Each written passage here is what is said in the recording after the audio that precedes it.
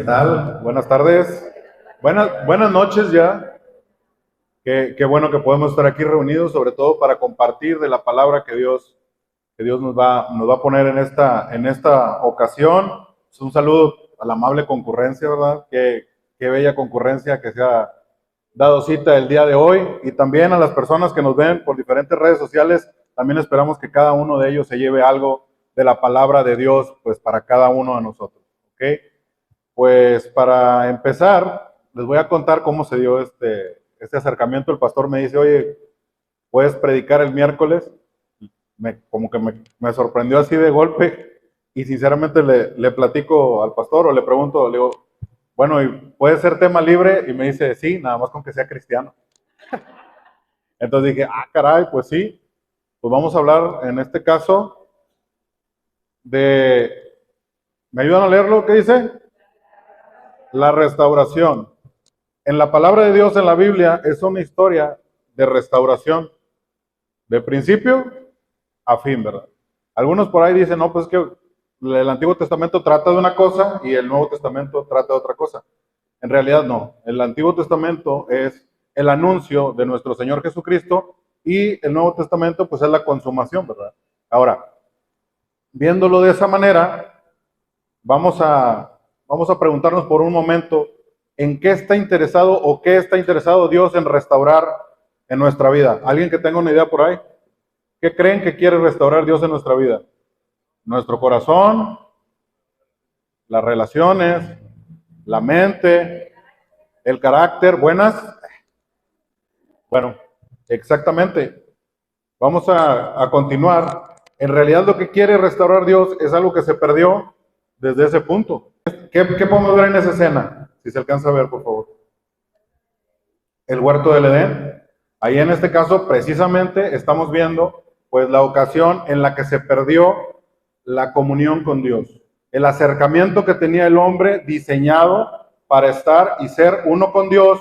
Y ahí en este caso, como entró el pecado al mundo, se rompió esa relación. Teníamos una relación con Dios y se rompió. ¿Ok? Él nos había diseñado para estar pues con esta relación con Él.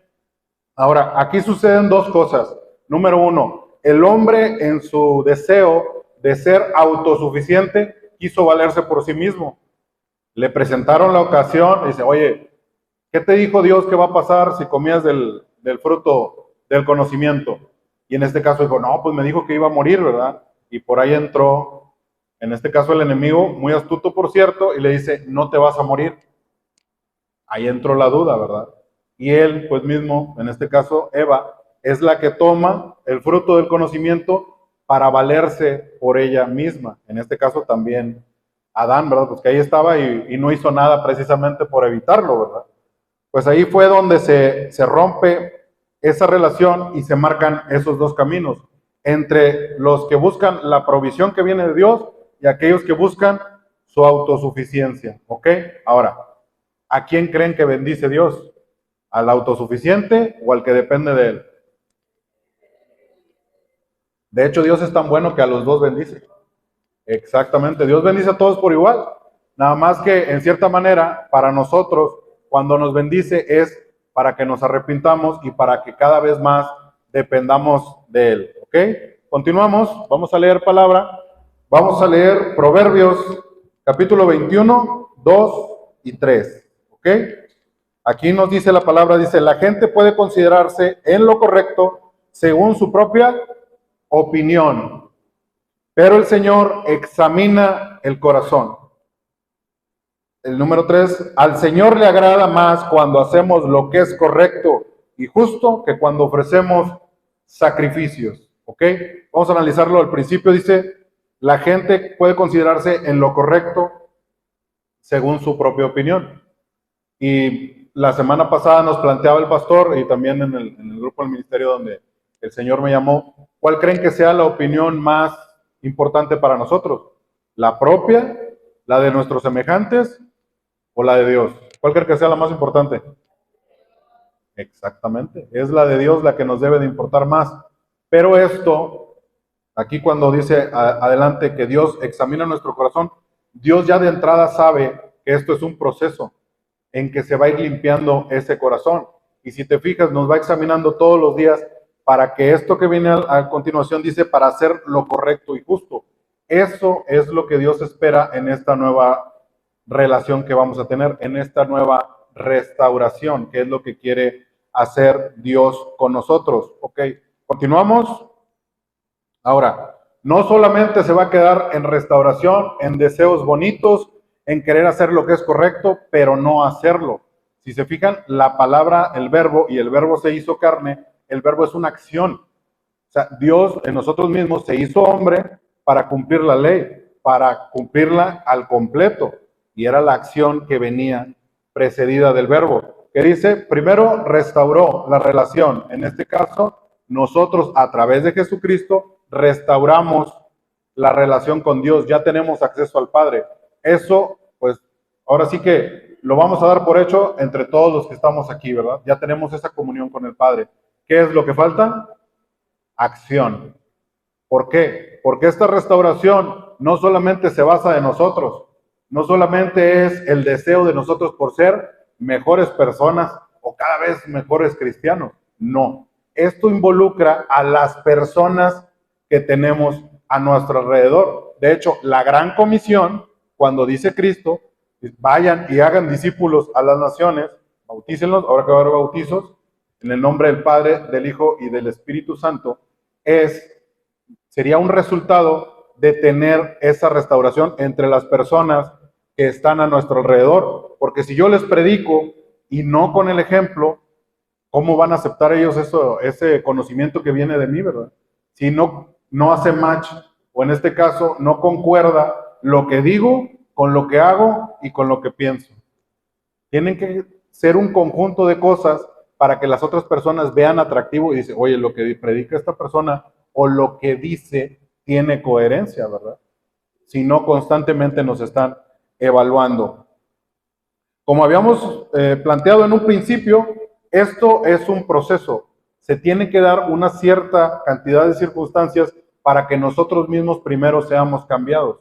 De nada sirve que nosotros queramos o querramos irnos brincando de proceso en proceso y proceso en proceso sin terminarlo. Tiene que ser una prueba. Incluso ahí lo dice, que nosotros vamos a ser cambiados hasta la estatura de ¿quién? Del varón perfecto. ¿Quién ya anda más o menos cerca? Pero allá vamos, ¿verdad? Proseguimos la carrera. Eso es lo que cuesta. Para esto necesitamos a Dios de nuestro lado. Si tú arrancas o si yo arranco nada más por mis ganas, pronto van a venir todas las desavenencias. Y ya de por sí, ahí dice que vamos a hacer, en este caso, pues también vamos a pasar por tribulaciones. Y ahora sí te digo, si tú o vamos con el pecho descubierto, poniéndole de frente todo hacia el enemigo, nos va a sentar de una sola. Tenemos que tener a Dios de nuestro lado. Y créeme, Él es el más interesado en que esas relaciones puedan ser restauradas. Porque si no, no le invierte en cada uno de nosotros. Porque no le invirtió por buenos, le invirtió porque lo necesitábamos. Incluso ahí cuando dice en el Salmo que nos tomó del fango cenagoso, una persona solamente mete la mano en ese fango tan cochino porque es algo valioso, si no, no la mete. Entonces la vida de cada uno de nosotros es valiosa, pero no puede limitarse al hecho de ser meramente espectadores de esto, ¿verdad? Sino a tomar lo que es ya la acción. Ahora, debemos de tomar las acciones necesarias en el momento necesario. Si queremos nada más, como quien dice, quedarnos por decir algo, no, pues la palabra dice esto, sí no sabemos la palabra, pero no la llevamos en acción, entonces ahí también nos dice la palabra, lo estaba hablando el pastor la semana pasada, que somos solamente oidores de la palabra, y Dios quiere que seamos hacedores de la palabra. Ahora, te la valgo si al principio no sabes cómo hacerle, porque yo también así estuve en un tiempo, mucho tiempo. Oye, yo no sé pedir perdón, hazlo. ¿Cómo vas a empezar a aprender las cosas si no las haces? Si no las llevas a práctica. Si te fijas, ahorita con el tema psicológico, viene como hace 20 años una corriente que se llama terapia cognitivo-conductual, que primero te dan un conocimiento para que modifiques la conducta. Esto Cristo ya lo hacía. De hecho, cuando a la mujer que la hallaron en adulterio, cuando dice, vete y no peques más, es porque le está enseñando cómo cambie su conducta. Y se entiende que esas personas que Cristo tocó no volvieron a ser iguales. Entonces ahí se hace viva la palabra. Muy bien, continuamos por favor. Ahora vamos a continuar, vamos a leer palabra. En este caso va a ser el centro de todo el mensaje. Es Ezequiel 36. Aquí estamos en el versículo 25, pero nos vamos a extender hasta el 27. ¿Ok? Ezequiel 36, 25 nos dice, esparciré agua limpia sobre ustedes, y ustedes quedarán limpios de todas sus impurezas, pues los limpiaré de todos sus ídolos. Muy bien. Ok, vamos a empezar por lo primero. Esparciré agua limpia sobre todos ustedes. ¿Quién es la fuente de agua viva? Jesucristo, exactamente. Aquí en este caso, cuando Dios, en la forma de Jesucristo, en la persona de Jesús, entra en nuestra vida, este proceso ya empezó a limpiarnos. Pero aquellos que han limpiado algo que está muy cochino, saben que lleva tiempo y sobre todo esfuerzo. Esto es un esfuerzo. Dios ya hizo su parte. En este caso, mandar a su Hijo a morir en la cruz, y nosotros tenemos que cada vez más tratar de semejarnos a Dios. Por eso viene la segunda parte. Pues los limpiaré de todos sus ídolos. Dice la palabra ídolos. Ídolos es, en cierta manera, un sustituto barato de Dios. No es Dios. Es algo que nosotros ponemos en el lugar de Dios, ya sea una sustancia, nosotros mismos en la figura del ego, también puede ser un familiar, el objeto de nuestra obsesión. Eso es un ídolo. Entonces, Dios no se va a meter en el proceso si no se va a llevar toda la gloria. Así de fácil. Si yo se lo voy a achacar a mi autosuficiencia, olvídate, no se mete. Él se va a llevar toda la gloria y toda la honra. Ahí sí se mete, en ese proceso. Y le interesa mucho. Continuamos.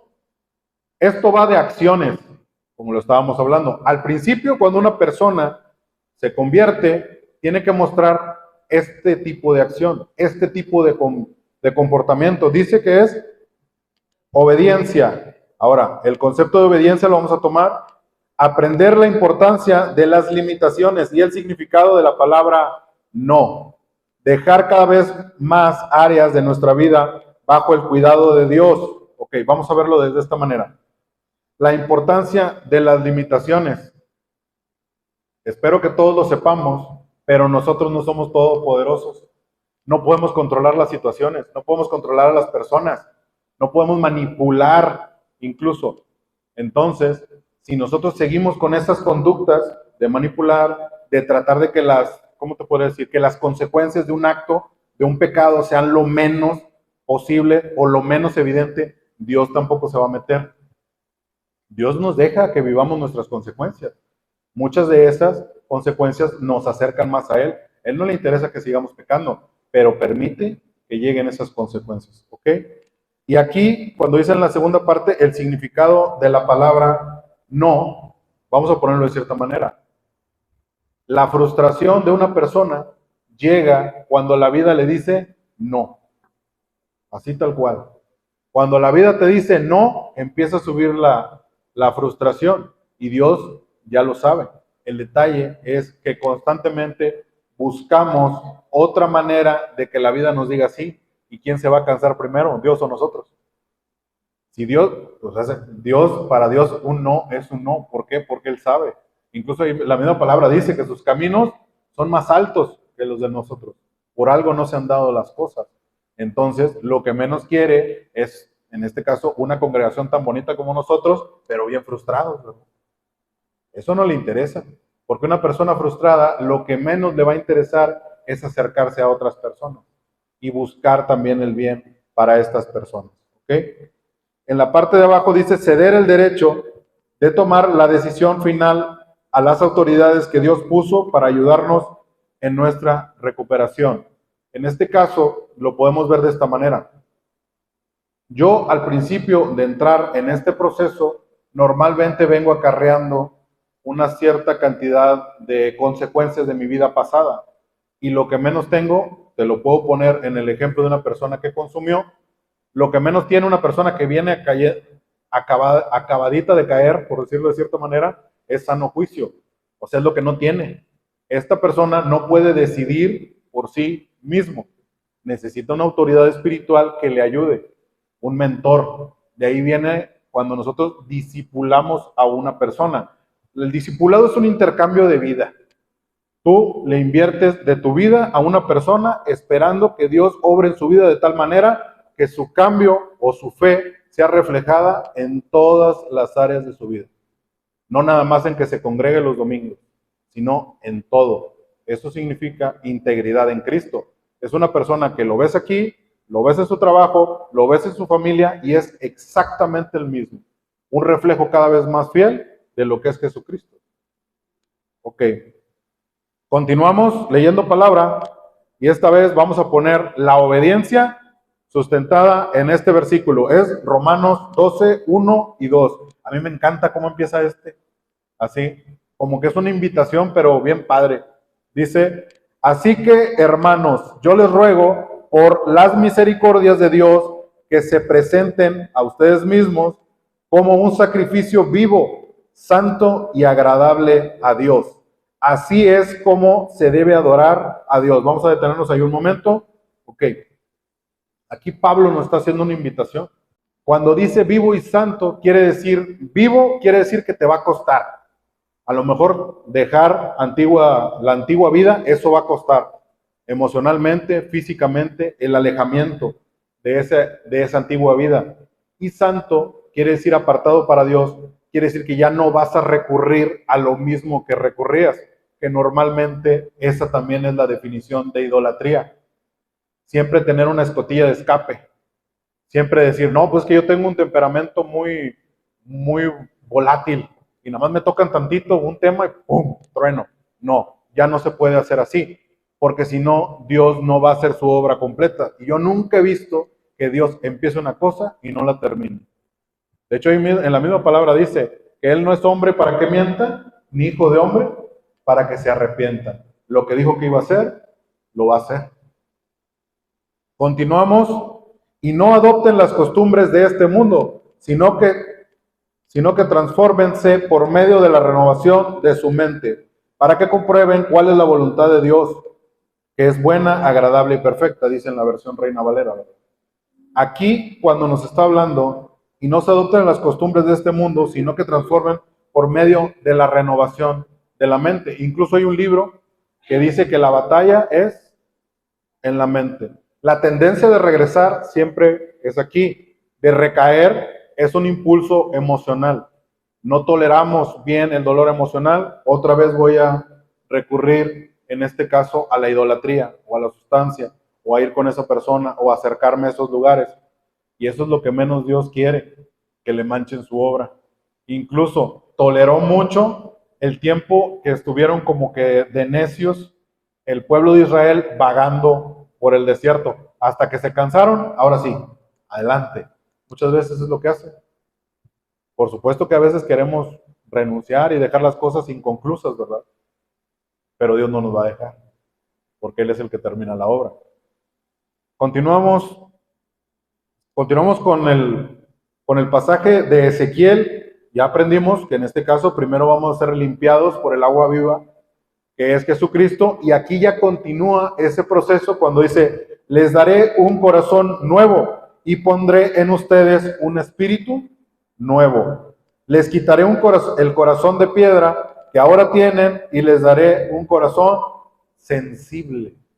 Eso habla también de la renovación de la mente, porque si algo teníamos anteriormente, antes de llegar al contacto que tenemos con Jesucristo o a la relación que tenemos con Jesucristo, es que el más importante de todo el mundo era yo. Primero yo, luego yo y al último yo. Exactamente. Dios quiere que eso se acabe, porque ¿cómo se van a restaurar las relaciones, en este caso, de nosotros mismos, si yo siempre estoy pensando en lo que es bueno para mí, entre comillas, ¿verdad? Siempre estoy constantemente pensando en sacar ventaja de una situación o controlar a las personas. Entonces Dios no quiere eso.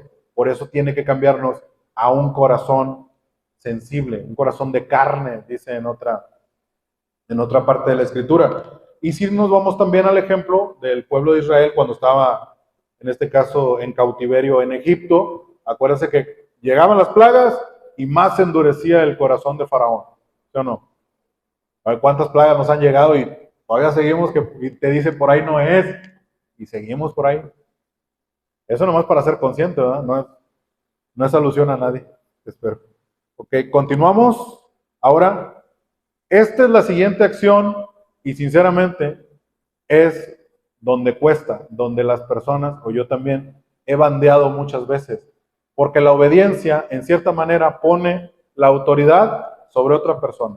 Pero esto ya lo empieza a poner sobre mí. Y es la disciplina. Esto es un proceso y así se va dando. Y si no checan, tú le puedes checar en una persona o en ti mismo cómo empezó tu relación con Dios. Al principio obedeciendo y después disciplinándote. Y muchas de las veces no tenía una razón lógica, porque Dios opera muchas de las veces fuera de la lógica. O te dices, oye, es que me estoy levantando a cada rato a las 3 de la mañana. Me acuerdo que ahorita no vino Joel, ¿verdad? Qué bueno, ponte a orar desde las 3 de la mañana. Yo decía, bueno, pues este no me entiende, ¿verdad? Estoy cansado. Pues así es Dios, ¿verdad? A veces nos levanta esa hora porque está más tranquilo. No es que tenga algo en especial esa hora, pero eso forma dentro de nosotros el carácter. O ponte a leer la palabra. Pues, ¿cómo, verdad? Y a veces yo lo compartía en el grupo. Cuando estaba pasando por la prueba o cuando estaba dejando el consumo, ahí todos los días me veías postrado. O sea, cuando estaba pasando por la prueba, ya nada más pasó la prueba y vámonos a otra cosa, ¿verdad? Pues Dios no quiere que seamos de doble ánimo, porque el hombre de doble ánimo es inconstante en todos sus caminos. Y lo que menos quiere Dios es una persona que sea inconstante. Si te fijas, los soldados, incluso hay una parte en la palabra que dice, sufre como buen soldado de Jesucristo. Los soldados algo tienen, es una disciplina bien férrea. Incluso Pablo también al ser educado en la milicia, sabía que esa disciplina traía bendición. ¿Ok? La disciplina aquí nos dice observar las reglas de conducta y funcionamiento interno establecidos jerárquicamente. Debemos de saber quién es nuestro líder más inmediato, en este caso, cómo viene la jerarquía, para también aquí a ver a quién nos vamos a referir y también honrarlos a esas personas, orar por los líderes, ¿verdad? Porque nosotros no sabemos qué batallas están aventándose cada uno de ellos. ¿Verdad? O aquí yo, ¿verdad? Continuamos, aprender a llevar a cabo las actividades que nos toca. Tampoco Dios quiere que seamos todólogos, en cierta manera, ¿verdad?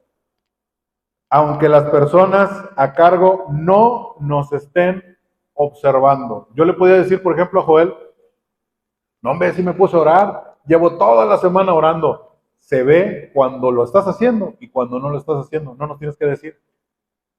Se ve exactamente.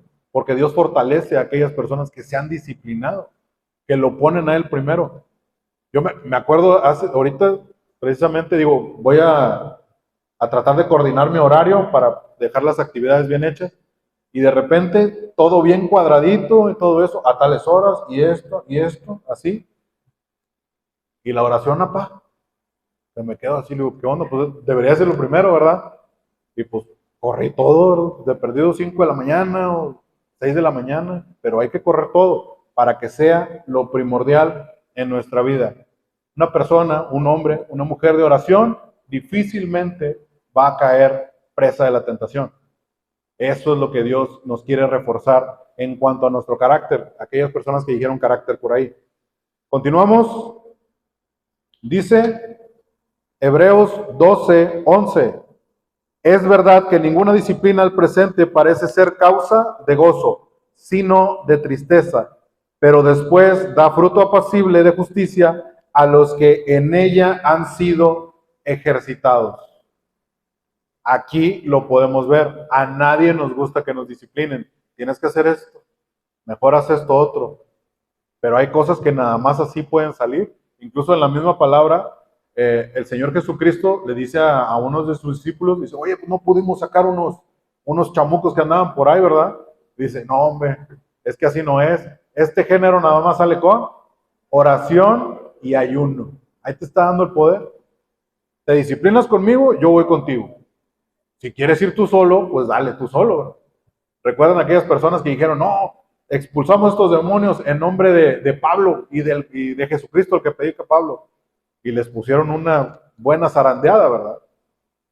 Precisamente cuando nosotros vamos con el pecho descubierto y luego menos inconstantes que nada, pues vamos a ser presa fácil del enemigo.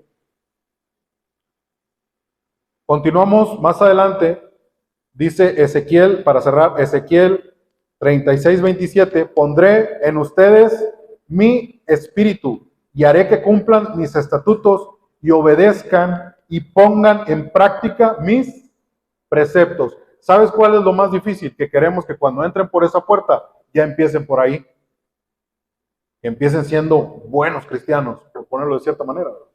Que empiecen, por ejemplo, cumpliendo los estatutos, que empiecen obedeciendo y que empiecen pues, poniendo en práctica todo, así como si fuera rajatabla.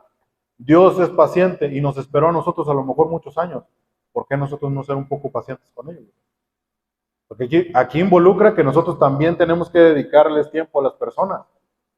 Acuérdense, lo que por gracia recibimos, por gracia damos. Eso es lo que quiere hacer Cristo en nuestra vida. Que sigamos su ejemplo.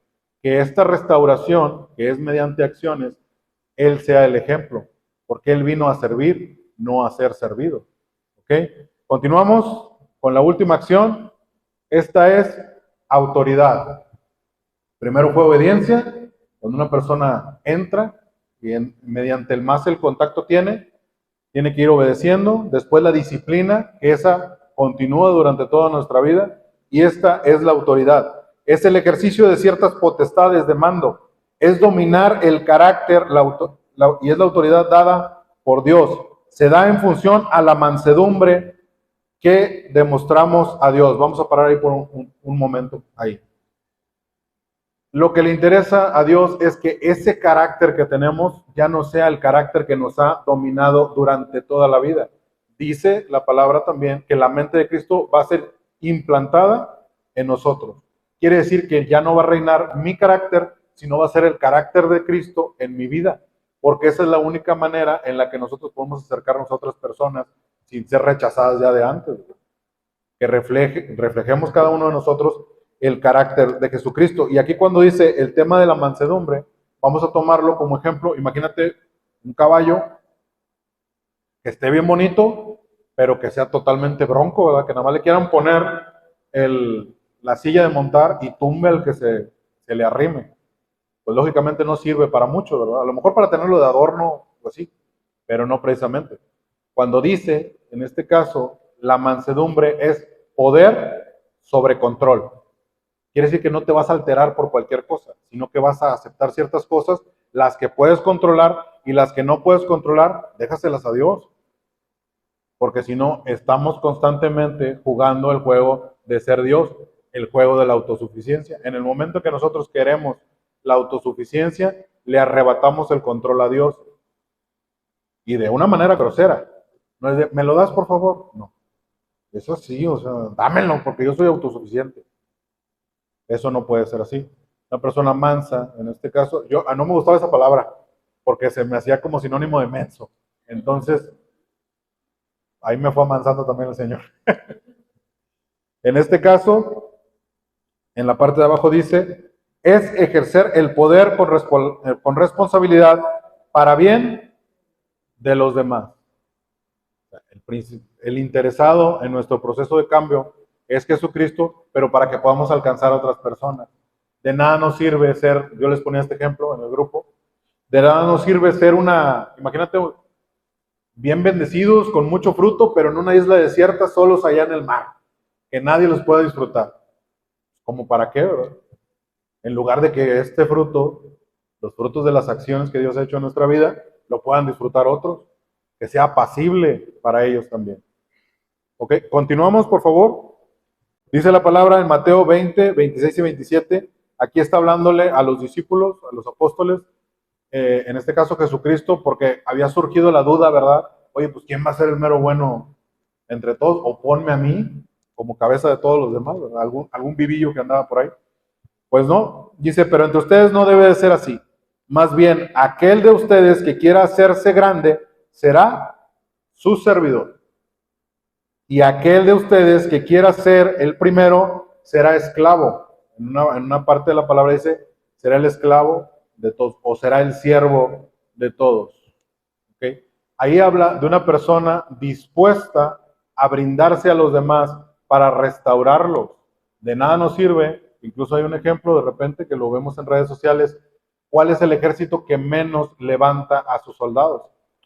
¿Cuál ha de ser, verdad? A lo mejor alguno de los rusos o algo así, pues son muy rudos ellos. No, muchas veces son los cristianos. Exactamente. Lo ves tirado en el suelo y dice, ponte a orar, mijito, ponte a orar, mijita. Cuando muchas veces lo que necesita es que lo escuchen. Si te fijas, las personas que se acercaban a Cristo, lo primero que hacía Cristo, por lo regular, era escuchar sus necesidades. De cuando acá nosotros ya les damos la receta antes de que te digan qué es lo que tienen. O ya lo andas dando de alta, ¿verdad? Pues tampoco. Continuamos. Vamos a ver Salmos 38, 4 y 5. Mis maldades me abruman, son una carga demasiado pesada para mí. Por causa de mi insensatez, mis llagas hieden y supuran. Esto aquí me lleva a la experiencia de una persona que está herida, pero no ha tratado su herida. Y ustedes saben que una herida no tratada se infecta. Por eso, las personas que detectan cuando una herida no ha sido tratada son los que tenemos más cercanos. Porque podemos poner una cara aquí, pero lo que cuenta también es la cara que mostramos allá en nuestra casa, con las personas más cercanas. Incluso la palabra, bueno, en cierta manera, Pablo les dice, vayan y prediquen el evangelio, y si es necesario, hablen. Porque el vivir este carácter, todos esos cambios, tiene que ser evidente en nuestra persona. Si no, nos la estamos llevando nada más como a media agua, ¿verdad? Y eso también es un proceso, nada más que hay que ser consciente y atacarlo desde el principio. En el ministerio donde me ha tocado servir, llevamos años atendiendo a familias de líderes de iglesias con problemas de hijos en hábitos esclavizantes. Y es que ninguno está exento, pero a Dios le interesa que toda una familia sea restaurada. De nada sirve o no nos van a dar un calendario, no sé si den calendarios, por estar aquí asistiendo y hacer bien esto y hacer bien lo otro, si soy, ahora sí que, como dice, candil de la calle, oscuridad de la casa. Es mejor ser una persona coherente, una persona con el carácter de Cristo, para decir, ¿sabes qué? Primero atiendo lo mío, porque si no, alguien va a buscar atenderlo, y ese es el enemigo, por ahí entra, por las puertas abiertas. ¿Ok? Continuamos. Ahora sí, vamos con el ejemplo de Zaqueo. Una persona que buscó a Jesucristo abiertamente. Dice, habiendo entrado Jesús en Jericó, iba pasando por la ciudad, y sucedió que un varón llamado Zaqueo, que era jefe de los publicanos y rico, o sea, tenía las dos agravantes, ¿verdad? Procuraba ver quién era Jesús, pero no podía a causa de la multitud, pues era pequeño de estatura. Así que todos entramos en el reino de los cielos, ¿verdad? Pero si te fijas, había una intención por buscarlo. No nada más, digamos, no, es que yo quiero acercarme a Jesús, pero nada más así como que a la distancia. No, tiene que haber una disposición. Continuamos, por favor. Y corriendo delante subió en un árbol, un sicomoro, para verle, porque había de pasar por allí. Cuando Jesús llegó a aquel lugar, mirando hacia arriba, le vio y le dijo, Zaqueo, date prisa, desciende, porque hoy es necesario que pose yo en tu casa. Entonces él descendió a prisa y le recibió con gozo. Aquí nos habla de la obediencia de esta persona. Se acercó a Cristo, lo buscó, como muchos de nosotros llegamos a hacer, pero no nada más se quedó ahí, sino que obedeció. Bájate porque tengo que ir a tu casa a cenar, ¿verdad? Y rápido lo hizo. Continuamos. Dice en el versículo 7, Al ver esto, todos murmuraban, diciendo que había entrado a posar con un hombre pecador. Entonces Zaqueo, puesto en pie, dijo el Señor: He aquí, Señor, la mitad de mis bienes doy a los pobres, y si en algo he defraudado a alguno, se los devuelvo por cuadruplicado. Esto habla de una persona que conocía perfectamente la ley y la va a llevar a cabo. ¿Ok? No nada más se quedó en la obediencia, sino que ya practicar una disciplina de obedecer lo que viene siendo la palabra, ¿verdad? Aquí nos lo dan el ejemplo del Antiguo Testamento, de la ley. Aquí también lo muestra con el ejemplo de Zaqueo. Continuamos, por favor. Dice: Jesús le dijo: hoy ha venido la salvación a esta casa, por cuanto él también es hijo de Abraham, porque el Hijo del Hombre vino a buscar y a salvar lo que se había perdido. Aquí está hablando ya la autoridad de Cristo. Es la suma autoridad que tenemos nosotros. No podemos estar viendo constantemente al hombre que está parado de este lado, más bien estar viendo el ejemplo del hombre que está parado aquí, pero cuando está viendo a Jesucristo, porque de ahí viene todo lo que es bueno para nosotros. Y aquí cuando dice a salvar lo que se había perdido, porque Dios está interesado en la restauración de aquello que se había perdido. Para Él es importante. Muchas veces son relaciones entre nosotros mismos que no nos damos ni cuenta, o damos por enterado que ya todo está bien. Según la palabra, ¿cuántas veces debemos de perdonar? 7. 70 veces 7, ¿verdad? ¿Y cuántas veces hay que pedir perdón? Porque a veces nos quedamos pensando, dice, no, pues yo tengo que perdonar 70 veces 7, pero ya nada más quiero decir una sola vez perdón. Decir, perdóname por todo lo que he hecho. ¿Tú crees que la otra persona lo va a recibir bien? Como que, ¿por qué, verdad? Perdóname por qué, por lo que te hice, pero ¿qué me hiciste? Tú, no, pues así lo dejamos, ¿verdad? No nos podemos quedar ahí, en ese punto. Al contrario, debemos de examinar en todo este proceso cuál fue la naturaleza exacta de nuestra falta para que Dios nos ayude a sanear, a restaurar esa relación, porque si no, las cosas se van truncando. Yo alguna vez se los comentaba ya a los miembros del grupo, digo, yo fui experto, nosotros le llamamos quemar las naves a cuando dejamos ciertos amigos atrás, pues los amigos del mundial que le decimos, ¿verdad? Todos los amigos aquellos que quedaron en el pasado, y decimos, no, hay que quemar las naves para empezar de nuevo. Pero yo me hice experto en andar quemando naves, porque primero quemé a mis amigos de aquellas personas, y luego a los de acá, ¿cómo se llama? A mi familia, porque también consumía, pero luego agarré a mis amigos de la iglesia y así me fui quemando naves. ¿Por qué? Por no enfrentarme al escrutinio de Dios diciendo, ves con ellos, pídeles perdón, expón tus heridas. ¿Te duele? Por supuesto, pero yo voy contigo.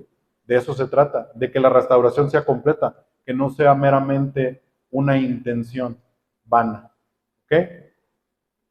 Bueno, vamos a dejarlo por aquí, vamos a orar para terminar con esta predicación. Les invito a que oren conmigo. Padre, te damos gracias, Señor, por el tiempo que nos has brindado, Señor. Gracias por nuestra vida, Señor. Y sobre todo, Padre, porque tú estás interesado, Señor, en que reflejemos cada vez más el carácter de tu Hijo Jesucristo, Señor. Él mismo nos dio el ministerio, Padre, de la reconciliación, Señor. Queremos empezar, Padre, reconciliándonos, Padre, con Dios, Padre, a través de Jesucristo, contigo, Señor, que eres nuestro Padre, Señor. Y también, Padre, a medida de que tú nos lo pongas en el corazón, Padre, ir reconciliándonos, Padre, con aquellas personas más cercanas, Padre, porque nuestro primer ministerio, Padre, siempre será nuestra familia, Padre. Tú has apartado nuestras familias, Padre, para bien, Señor. A toda la congregación Amistad Cristiana también las has apartado para bien, Señor. A liberación, Padre, a este lugar al cual me has llamado, Señor. Lo has apartado para buenas obras, Padre, y es justo y necesario, Padre, que nosotros busquemos cada vez más la restauración, Padre, de estas relaciones, Padre, para marchar todos juntos, Padre, al unísono, Padre, en esta carrera que pones para nosotros, Padre, por delante, Padre, en toda buena obra, Padre, porque sabemos que toda buena dádiva viene de ti, Señor, y si depositas en nosotros salvación, Padre, es para mostrar, Padre, una fe, Señor, con resultados, Padre, y también, sobre todo, Padre, exponernos, Padre, sabiendo, Señor, que tú lo principalmente que buscas, Padre, es que estos vínculos, Padre, sean recuperados, Padre, y no sean utilizados por el enemigo, Padre, para manchar tu obra, Padre. Te alabo y te bendigo, Señor, en el nombre de tu Hijo Cristo Jesús. Amén. Muchas gracias.